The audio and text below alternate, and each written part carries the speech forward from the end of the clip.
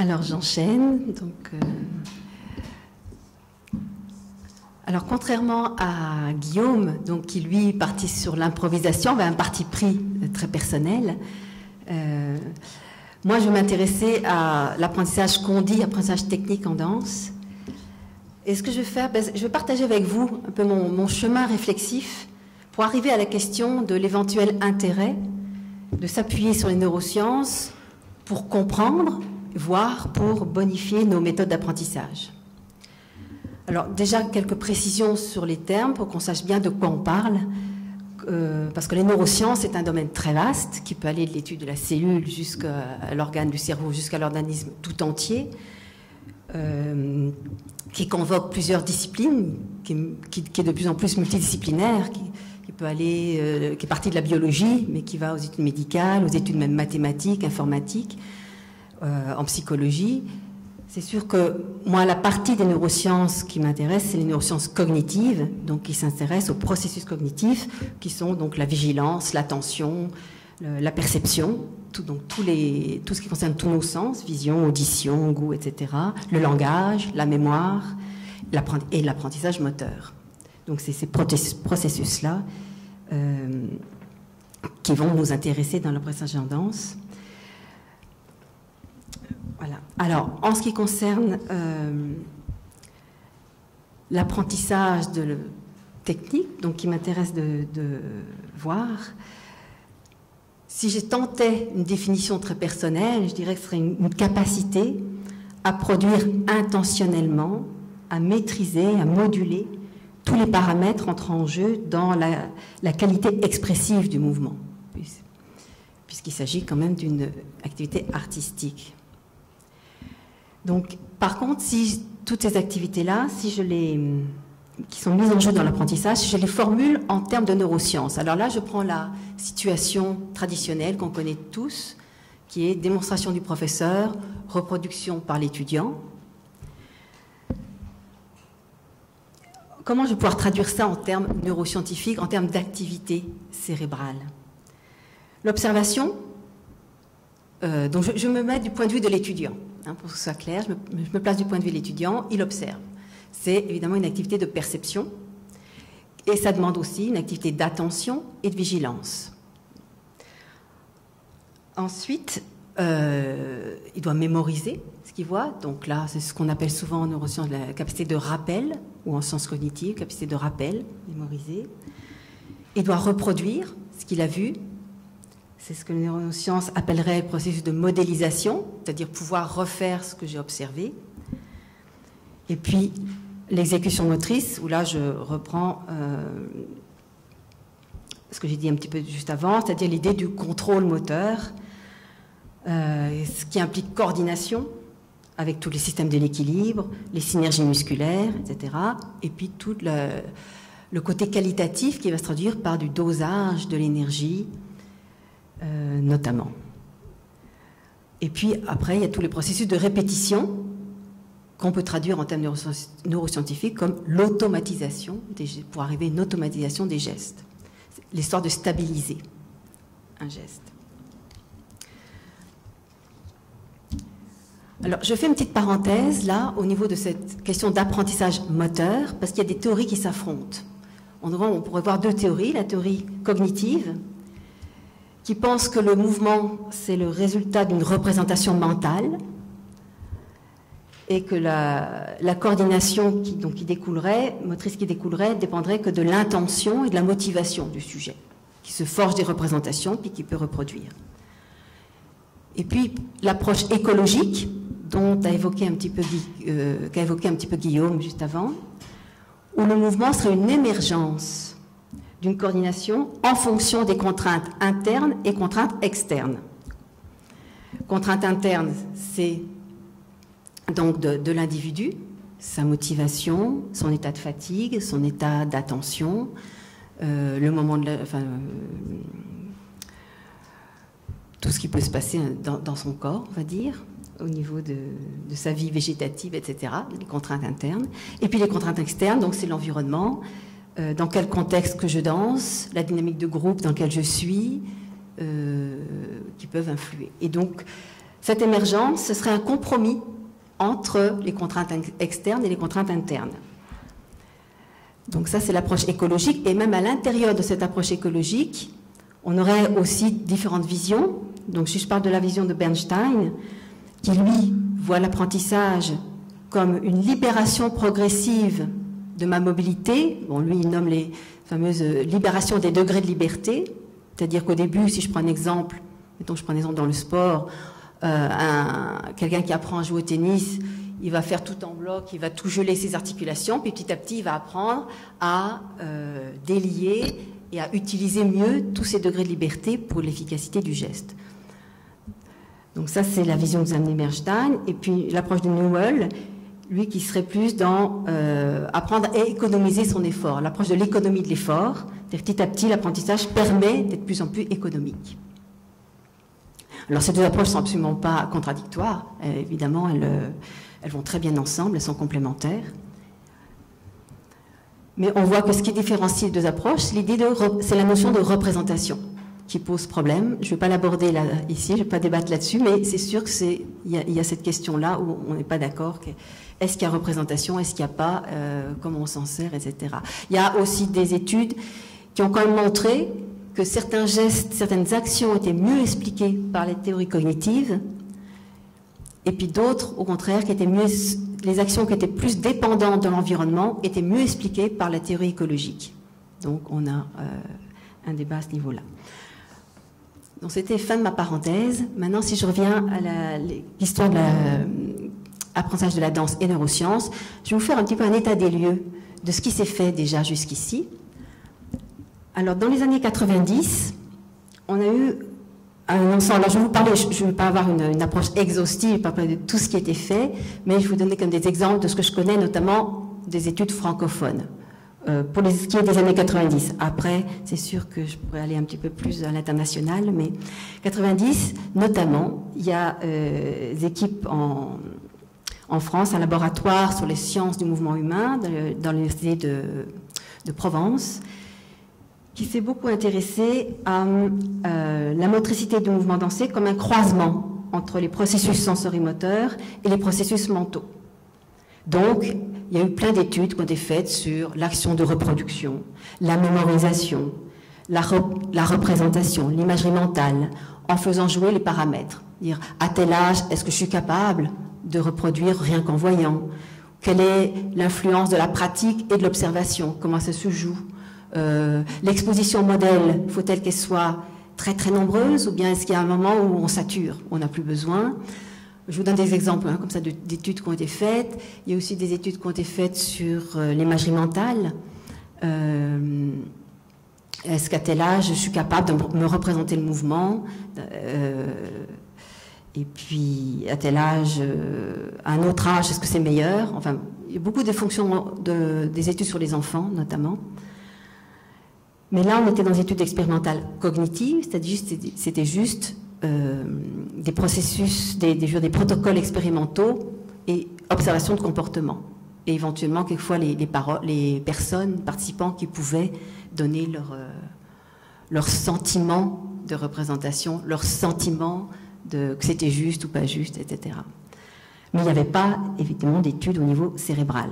Donc maintenant, je dirais que dans les années 2000, par contre là, on a un engouement incroyable pour aller voir plus profondément qu'est-ce qui se passe dans ces processus-là, représentation, mémorisation, observation, imagerie mentale, qu'est-ce qui se passe. Et effectivement, en danse, on voit une arrivée d'études neuroscientifiques aux États-Unis, en Angleterre, en Allemagne, en Hollande, donc de gens qui travaillent avec la danse, sur la danse, notamment sur l'apprentissage de la danse. Donc c'est un peu les mêmes actions qui sont observées, mais on essaie cette fois d'avoir des données scientifiques objectives sur l'activité cérébrale. Par exemple, donc je vous donne quelques exemples, l'activité d'observation. Donc on observe, est-ce qu'il y a différentes variables, notamment le degré d'expertise de l'observateur, pour arriver à simuler l'action que je vois. Donc là, il faut que je précise d'abord que ces études sont majoritairement basées sur la découverte des neurones miroirs. Donc certains, vous êtes tous familiers avec cette découverte, donc qui est le fait que quand je regarde un mouvement fait par quelqu'un d'autre, j'ai aussi moi mes aires motrices et non pas seulement mes aires visuelles qui seraient activées, même si je ne fais que regarder le mouvement d'un autre. Donc mes aires motrices qui correspondent au mouvement que je regarde sont également activées. Je suis un petit peu simpliste, hein, je veux dire, c'est vrai qu'il faut être plus fin, c'est les aires prémotrices, enfin bon, mais quelque part, il y a un système moteur qui est sollicité. Et donc cette découverte-là, considérée un peu comme une découverte majeure des dernières décennies, a donné effectivement naissance à donc forcément ces études sur l'observation, puisque nous fonctionnons comme ça dans l'apprentissage en danse, avec l'observation du mouvement, beaucoup. Alors, en faisant jouer, donc, et on sait notamment, donc, quelques résultats d'études, que effectivement, le degré d'expertise de la personne qui regarde influence énormément ma capacité à raisonner, puisqu'on a nommé ce phénomène de pouvoir simuler l'action de l'autre que je suis en train de regarder comme un phénomène de résonance. Donc, cette capacité à raisonner, effectivement, est meilleure si j'ai moi-même expérimenter le mouvement que je suis en train de regarder, donc si j'ai une certaine expérience de ce mouvement. On a aussi fait des études sur le modèle qu'on donne. Est-ce que si je donne un bon modèle ou un mauvais modèle, qu'est-ce qui est plus efficace? Et là, étonnamment, c'était très intéressant de voir que le mauvais modèle était très efficace pour l'apprentissage. Donc, on peut se poser des questions par rapport à ça. Donc, je vous ai dit, le nombre d'expositions au modèle, le nombre de répétitions au modèle, effectivement, quel est l'impact sur la performance?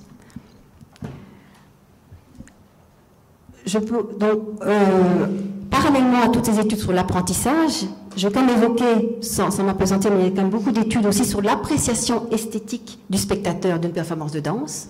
Il y en a de plus en plus, toujours basées sur ces neurones miroirs. Et il y a même une étude très très récente que j'ai lue qui ont vraiment dit, ça y est, on peut vraiment faire la carte du cerveau de qu'est-ce qui se passe chez quelqu'un qui apprécie un spectacle de danse. Donc il voit exactement où ça se passe et qu'est-ce que ça sollicite.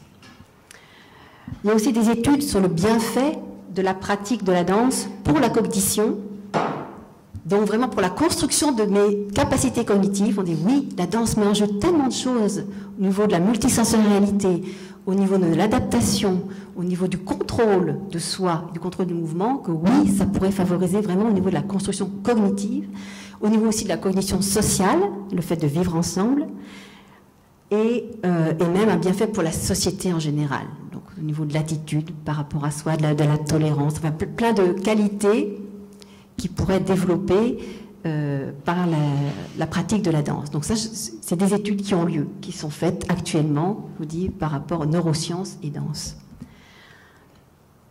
Alors, je ne sais pas si j'ai encore un peu de temps.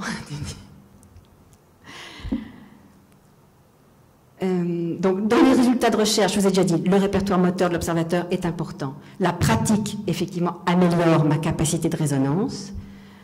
Et une étude aussi récente qui montre que les danseurs développent une compétence à l'empathie kinesthésique, c'est-à-dire que son système proprioceptif est effectivement beaucoup plus développé de manière plus importante que le non-danseur. Donc, c'est ce qu'on qualifie souvent d'empathie kinesthésique. Effectivement, ça favoriserait cela. Donc, moi, je dirais quelque part, ces études, pour l'instant, est-ce qu'elles ne valident pas notre mode pédagogique qu'on utilise déjà, démonstration-reproduction, en disant, bah oui, on utilise un mode tout à fait naturel, qui fonctionne très bien, parce que ça utilise finalement la manière dont on fonctionne, hein, puisque si le système, notamment par, donc je parle du mode démonstration, observation, reproduction, puisque ça utilise tout à fait notre capacité à raisonner à l'autre. Donc ça utilise un mode biologique, naturel, inné.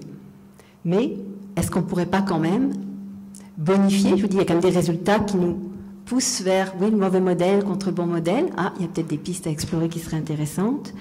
Est-ce qu'on pourrait, dans les pistes futures qui pourraient être intéressantes à explorer, est-ce que nous sommes sensibles de manière égale à tous les paramètres de mouvement? Est-ce qu'il n'y a pas des paramètres auxquels on a un accès plus facile qu'à d'autres? Alors, il y a comme des études, mais hors la danse, qui montrent effectivement que les facteurs visuels et spatials sont plus facilement accessibles. Donc, ce que seraient les parties du corps dans l'espace seraient plus faciles à avoir accès que, par exemple, le rythme du mouvement. Le phrasé dynamique, la musique du mouvement, quelque chose de plus difficilement accessible que juste les paramètres spatio-temporels. Ça, il y a quelques études là-dessus. Mais y aurait-il pas aussi des moments dans le processus d'apprentissage plus opportuns pour aborder tel ou tel processus? Voilà. Donc, je vous lance un petit peu des pistes comme ça qui pourraient être intéressantes.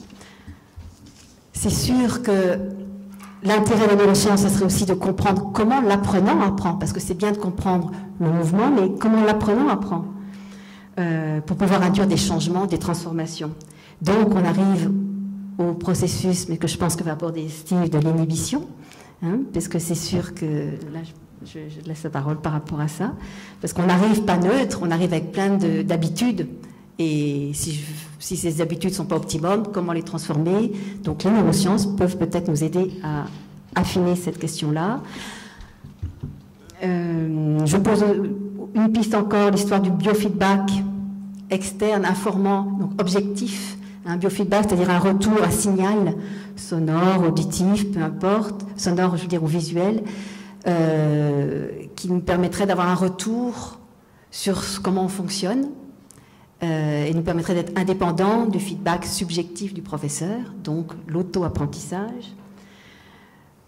Et puis, on est quand même un département où on favorise, où on met même comme discipline obligatoire l'éducation somatique. Donc, comprendre pourquoi on a fait le postulat, l'hypothèse que l'éducation somatique était favorable pour l'apprentissage de la danse. Peut-être mieux comprendre cet état de fait. Et là, je fais une petite digression, mais notamment, bon, je viens de lire un livre sur l'attention. J'ai retrouvé dans ce livre, donc un livre neuroscientifique sur les études neuroscientifiques faites sur l'attention. Et c'était très intéressant de voir finalement que ça validait tout ce que met en jeu l'éducation somatique par rapport à une attention, ce dosage fait entre attention locale et attention globale. Dans le corps, une attention qui est capable d'avoir, de ne pas se fermer, mais d'être ouverte sur différentes informations. Voilà. Moi, je lancerai aussi, je pense qu'il y a aussi des questions que le professeur de danse ne sait pas résoudre encore, ou on a du mal à résoudre. Peut-être vous réagirez par rapport à ça. Moi, il y en a une personnellement qui me titille, c'est l'engagement du danseur dans l'espace. À part dire, oui, vas-y, lance-toi, fais plus grand, plus ample, etc. Je suis pas sûre que... J'aimerais, moi, comprendre qu'est-ce qui se passe, par exemple, chez quelqu'un qui sait bien faire ça, puis chez quelqu'un qui ne sait pas faire ça, donc toutes les études d'experts novices, pour voir qu'est-ce qui se passe dans son cerveau pour quelqu'un qui sait s'engager dans l'espace. Moi, je fais l'hypothèse que ça n'a rien de moteur, ça. C'est quelque chose qui se passe ailleurs. Et du coup, avons-nous les moyens, nous, dans nos cours de danse, de favoriser cet engagement, cette confiance dans l'espace? Est-ce qu'on fait ce qu'il faut? Est-ce que c'est par la danse? En tout cas, ce qu'on propose, nos propositions dansées qui favorisent ça? Ou bien est-ce qu'il faudra chercher autre chose? Voilà, c'est une petite piste personnelle que je partage avec vous. Je pense que là, j'ai plein d'autres choses, mais je pense que je vais m'arrêter. Merci bien pour l'invitation. J'apprécie beaucoup d'être ici. Je retiendrai 2 points par rapport aux interventions précédentes. D'abord, Guillaume a mentionné que pour apprendre à patiner, il faut lutter contre le réflexe de marcher. C'est intéressant, je trouve, comme phrase. Nicole a soulevé plusieurs points très intéressants. Il y en a un, elle a parlé de répétition. Et que la répétition mène à l'automatisation. C'est très intéressant cet aspect-là. Puis aussi la question des neurones miroirs qui est assurément intéressant. Ce que je vous propose, moi je ne suis pas un spécialiste de l'apprentissage de la danse. Je connais assez bien les mécanismes cérébraux en lien avec l'apprentissage en général. Donc, ce que je souhaite faire aujourd'hui, c'est vous faire part de quelques réflexions par rapport à l'apprentissage de la danse. Donc, mon exposé va se diviser en 2 parties. La première partie, on va considérer que le cerveau est comme une forêt. La deuxième partie, on va considérer que le cerveau est en fait comme un cheval. Et dans la conclusion, on va voir si le cerveau ne serait pas un cheval qui se promène dans la forêt. Ça vous va, ça? Donc, le cerveau serait comme une forêt. Lorsqu'on apprend quelque chose, le cerveau change. Plus précisément, les interconnexions dans notre cerveau vont être modifiées suite à l'apprentissage. Il y a de nombreuses recherches qui confirment ça. Il y en a une très intéressante où ils ont pris des gens qui ne savaient pas jongler avec des balles, et on a demandé à cette personne-là de s'entraîner à jongler pendant 3 mois. Et avant qu'ils commencent leur entraînement, ils ont subi un examen de résonance magnétique qui a permis de voir à quoi ressemblaient leurs neurones à l'intérieur de leur cerveau. Et après 3 mois d'entraînement, ils ont repris des images de leur cerveau. Et on constate que certaines régions du cerveau sont transformées suite à cet apprentissage de la jonglerie-là. Une région, notamment une région en lien avec les perceptions visuelles, V5 qu'on appelle, on observe que la quantité de matière grise dans cette région-là, autrement dit, si vous voulez, la quantité d'interconnexion neuronale dans cette région-là est augmentée suite à l'apprentissage. Donc l'apprentissage, c'est pas juste quelque chose de psychologique, psychique, c'est quelque chose de biologique. Votre cerveau est transformé au sens propre du terme lors de l'apprentissage. Lors de l'apprentissage de la danse, on peut penser que c'est la même chose également. Qu'est-ce qui change dans le cerveau? Les neurones sont tous interconnectés, mais lorsqu'on apprend, il peut se produire 3 choses en fait. Les neurones peuvent se connecter. Donc, des neurones qui n'étaient pas connectés vont devenir connectés. Il y a carrément des processus biochimiques qui s'installent, la création de protéines et tout ça, puis il y a des neurones qui vont se connecter physiquement à d'autres et qui ne l'étaient pas suite à l'apprentissage. Deuxième aspect, ils peuvent se déconnecter. Des neurones qui étaient connectés, si on ne les utilise pas, ils peuvent jusqu'à se déconnecter. Ce qui arrive le plus souvent, par contre, c'est que les neurones augmentent ou diminuent l'efficacité de leurs interconnexions. Donc, les neurones sont déjà connectés, et là, suite à l'apprentissage, ces neurones-là, ces connexions-là vont être renforcées, ou pas.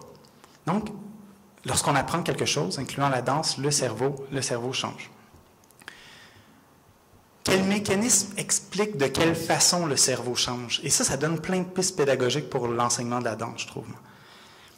Il y a un principe tout simple qui a été élaboré par quelqu'un qui s'appelle Donald Hebb, qui est comme en quelque sorte l'un des pères fondateurs de la neuroscience cognitive. C'est un chercheur à l'université de McGill d'ailleurs, mais il est connu mondialement.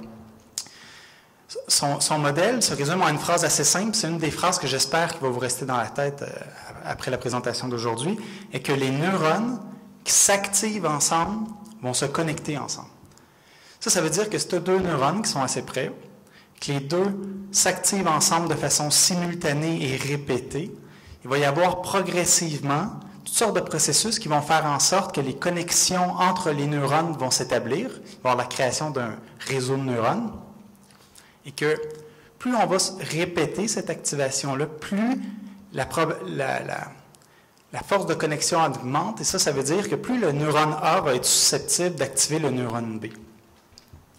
Et ça implique de la répétition. Donc, l'activation, les neurones qui s'activent ensemble vont se connecter ensemble. Et ça, c'est assez puissant comme idée. Parce que si on prend juste cette idée-là, ça justifie pourquoi, un principe tout simple que tout le monde connaît, pourquoi il est nécessaire de se pratiquer. Pourquoi il est nécessaire de répéter plusieurs fois les séquences de mouvements pour finalement arriver à les exécuter. Donc, ça justifie la répétition. Donc, c'est plate, mais il faut se pratiquer. À plusieurs reprises, il va falloir répéter les mêmes mouvements. Le problème, c'est que, notamment en danse, c'est que si on se pratique de façon excessive, ça peut poser des problèmes par ailleurs. Il peut y avoir la fatigue psychologique, la fatigue psychique, mais il peut y avoir aussi les risques de blessures qui augmentent, la fatigue musculaire. On ne peut pas répéter et répéter sans arrêt.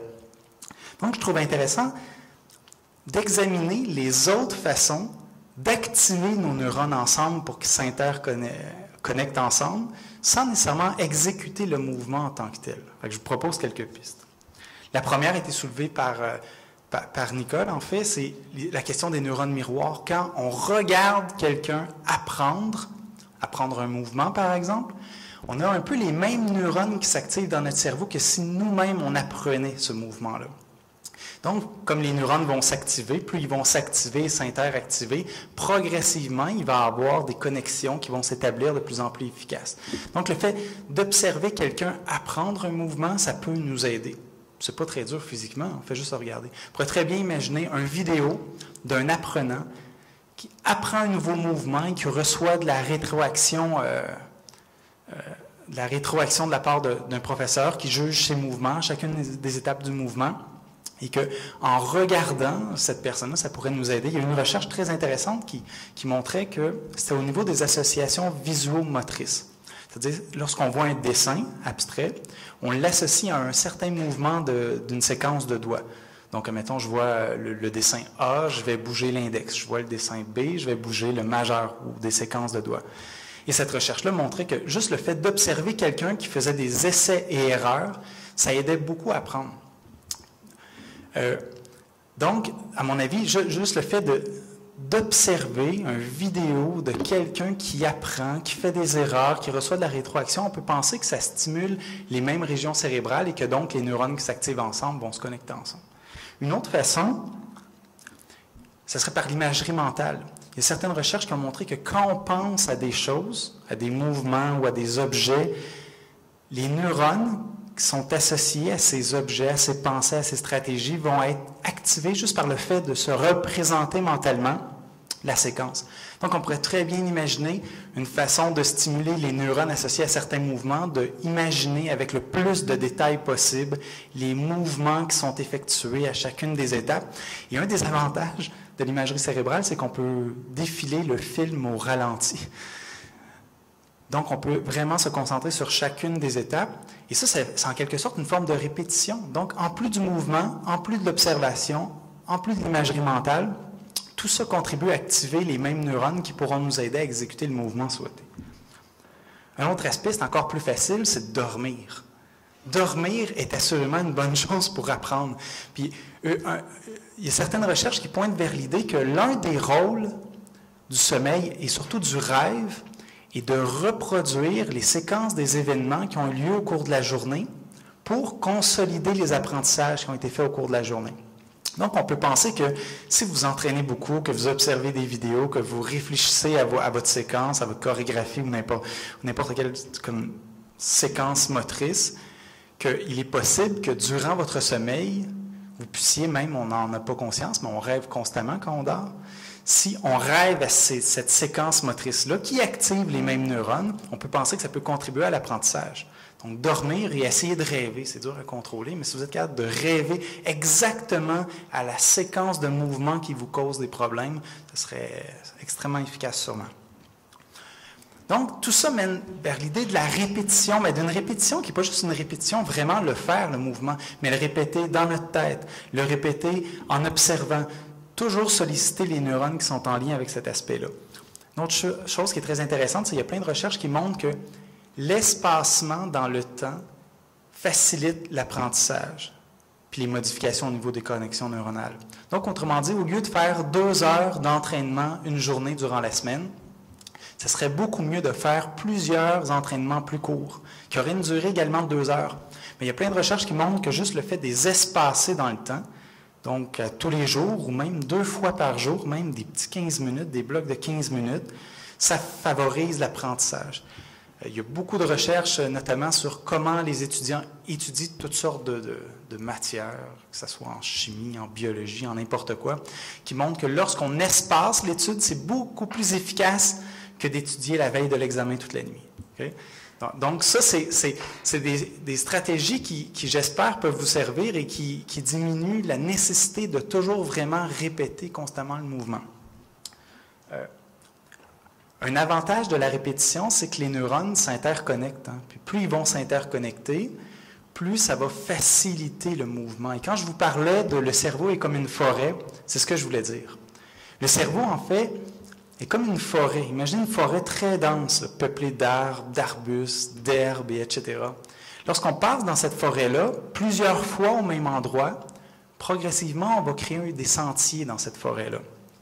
Quand les neurones s'activent ensemble, ils vont se connecter ensemble. Il va être plus facile de mobiliser un réseau de neurones, plus facile de passer dans un sentier de la forêt. Donc, plus on se pratique, plus nos sentiers sont bien délimités, sont bien faits, et plus il va être facile de faire ça. Et si c'est facile, ça libère de l'espace cognitif pour autre chose. Si on est extrêmement concentré sur toute la séquence de mouvements, sur se souvenir que ce mouvement-là est comme ça, que l'autre est comme ça, que le suivant est comme ça, et que les processus ne sont pas automatisés. On est en surcharge cognitive et ça peut nuire à plein d'aspects de l'interprétation. Si on a assez de pratique que tous les processus soient automatisés, on peut se concentrer sur autre chose que simplement le mouvement en tant que tel, puis la technique de ce mouvement-là. On peut aller encore plus loin. Mais ça nécessite l'automatisation de tous les processus préalables. Donc l'idée d'une forêt avec des sentiers, on veut créer des sentiers qui nous aident à aller plus rapidement, plus efficacement, plus facilement également. Le cerveau est une forêt, oui, mais le cerveau est aussi comme une espèce de cheval, en fait. D'accord? Il y a une citation magnifique, je trouve, d'Alain Berthoz, qui est un neuroscientifique, qui dit que le cerveau est un cheval fougueux que l'inhibition dirige. Donc, comme si le cerveau s'en allait dans toutes les directions, mais que grâce à une capacité cognitive qu'on appelle l'inhibition, on arrive à contraindre ce cheval-là d'aller dans une direction précise. C'est une image qui est assez forte, me semble-t-il. L'inhibition dont il est question ici, ce n'est pas l'inhibition au terme où on l'entend habituellement. Ce n'est pas l'inhibition comme d'être gêné, de retenir ses émotions. C'est pas ça du tout. L'inhibition, c'est la capacité de contrôler ses réflexes spontanés. Au niveau neuroscientifique, à vrai dire, c'est la capacité, c'est grâce à l'intervention de neurotransmetteurs inhibiteurs qu'on appelle, on va venir nuire à l'activation des neurones. On va venir nuire à l'activation des neurones qui s'activeraient si on ne faisait pas cette inhibition active. C'est quoi le lien entre l'inhibition, l'apprentissage et la danse? Il y en a qui disent que l'inhibition, c'est un processus fondamental. Il y en a même qui vont, dont Olivier Houdet, qui vont dire que se développer et apprendre, en fait, c'est apprendre à inhiber. Lorsqu'un enfant apprend à marcher, on remarque qu'au début, il est tout mal coordonné. Il fait des mouvements qui semblent aléatoires et progressivement, ces mouvements deviennent de plus en plus précis. Progressivement, il y a de plus en plus d'équilibre. Et finalement, il arrive à marcher. Selon le modèle d'Olivier Houdet, il dit que apprendre à marcher, c'est pas tant construire les neurones qui nous permettent de bouger comme il faut, plutôt que d'inhiber, de désactiver les neurones qui nous mènent à des mauvais mouvements. Donc, en danse, quand on a une séquence de danse, c'est construire, oui, les neurones qui nous permettent de faire les mouvements dans les bonnes séquences, mais c'est aussi apprendre à inhiber les mouvements qui ne sont pas appropriés pour cette séquence particulière. On peut penser que l'inhibition joue un rôle constamment dans l'apprentissage de la danse, mais peut-être dans des contextes plus précis davantage. Notamment quand la chorégraphie implique un mouvement inhabituel, comme par exemple patiner. On a tendance à utiliser un mouvement naturel qui est de marcher pour patiner, mais ça ne fonctionne pas. Il va falloir faire preuve d'inhibition pour inhiber notre tendance qu'on a à coordonner nos mouvements comme si c'était de la marche, pour favoriser un autre mouvement qui est autre chose. Donc, si dans une séquence de mouvements, cette séquence de mouvements-là est contre-intuitive, est inhabituelle, est surprenante pour votre cerveau, il va falloir faire preuve d'inhibition pour atteindre. L'exemple classique, c'est le moonwalk de Michael Jackson. C'est complètement contre-intuitif de reculer de cette façon-là. Habituellement, avec nos pieds, on est habitué de reculer d'une certaine façon, mais là, pour arriver à faire cette séquence de mouvements-là, que ça soit comme réaliste, qu'on ait l'impression de glisser en reculant, il faut absolument faire preuve d'inhibition. Il va falloir, dans un premier temps, inhiber la tendance qu'on a à reculer normalement, puis progressivement apprendre des mouvements qui ne sont pas naturels. Donc, on pourrait penser que, surtout dans des séquences de mouvements qui sont inhabituelles, ça peut impliquer l'inhibition. Il y aurait toute une réflexion à faire aussi sur l'intérêt de faire des chorégraphies qui s'opposent aux réflexes spontanés de mouvement des gens, aux attentes par rapport au mouvement des gens. Donc, ça demande de l'inhibition. Mais pour créer et réaliser ces chorégraphies-là, ça demande de l'inhibition, ça demande un effort, ça demande de passer outre les mouvements naturels, les mouvements habituels de notre corps pour aller dans une région qui n'est pas spontanément générée par notre cerveau au niveau des mouvements. Le dernier aspect, c'est que comment faire pour développer l'inhibition? Okay? C'est un domaine qui est plutôt en développement. On a seulement quelques pistes, mais une des pistes qui semble efficace, c'est d'être capable de reconnaître que dans un contexte particulier, il y a un danger. Il y a un piège qu'on se trompe.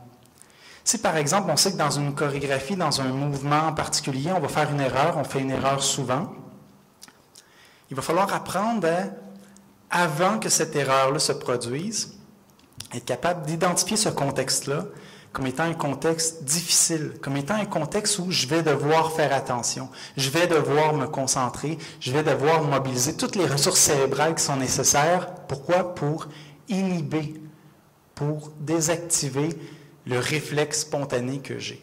On peut penser que l'inhibition aussi là, est très importante quand on apprend une erreur. Imaginez qu'on apprend une certaine séquence de mouvements, qu'on fait toujours une erreur dans cette séquence de mouvements-là, et qu'on répète cette erreur-là 10, 20, 40, 50 fois, et qu'à un moment donné, un professeur, un intervenant nous dit « Oh, cette séquence de mouvements-là, le bras ne doit pas être placé comme ça, il doit être placé dans l'autre sens. » On a tellement pratiqué ce mouvement-là que les neurones se sont bien interconnectés, deviennent efficaces. Il va falloir lutter contre l'automatisation qui a été faite et il va donc falloir faire preuve d'inhibition à ce moment-là. Donc, c'était les deux points. L'idée que le cerveau est comme une forêt avec des sentiers qui sont faciles à emprunter. L'idée que le cerveau est comme un cheval fougueux qu'on essaie de contrôler par l'inhibition en lui disant de ne pas activer certains neurones mais d'activer d'autres neurones. Est-ce que maintenant, le cerveau est comme un cheval fougueux dans une forêt avec des sentiers? Je pense que oui, exactement. Imaginez là, que dans la forêt, il y a comme des sentiers. Des sentiers, tu sais, là, comme beaux, là, magnifiques, là, bien tapés. Le cheval va toujours avoir tendance à galoper dans ces beaux sentiers-là. Il va vouloir passer par le chemin principal. Il va vouloir passer par l'autoroute, par le mouvement qui est habituel, par tout ce qui est spontané, naturel, intuitif. Mais parfois, il faut l'amener dans une autre direction. Et là, il va falloir prendre les rênes, puis le forcer à passer dans la forêt où il y a plein d'arbres, plein d'arbustes. Ça va faire mal, hein? Ça égratigne, c'est difficile, c'est plus forçant. Mais parfois, il faut faire preuve d'inhibition pour réaliser certains mouvements. Donc, c'était ce que j'avais à dire.